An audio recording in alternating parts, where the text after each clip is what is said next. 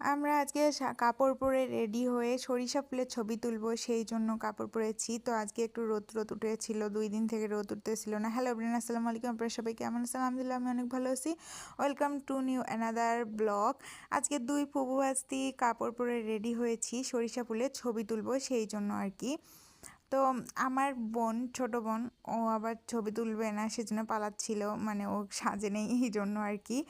ওকে সাজতে বলছিলাম, ও সাজে নাই। এখন আমরা সরিষা খেতে যাচ্ছি আর কি। এই যে সরিষার ক্ষেত, এটা অন্য একজনকার সরিষার ক্ষেত। আমাদের গ্রাম জুড়ে একটাই সরিষার ক্ষেত, আর যিনি এটা চাষ করেছেন তিনি প্রত্যেকদিন পাহারা দেন। আজকে উনি নেই, সেই জন্য আমরা ছবি তুলতেছি সেই ফাঁকে আর কি।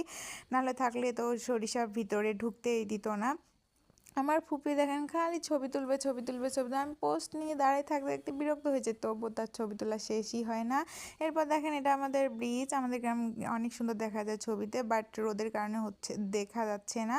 তো আজকে এই পর্যন্ত, সবাই ভালো থাকবেন। আল্লাহ হাফেজ।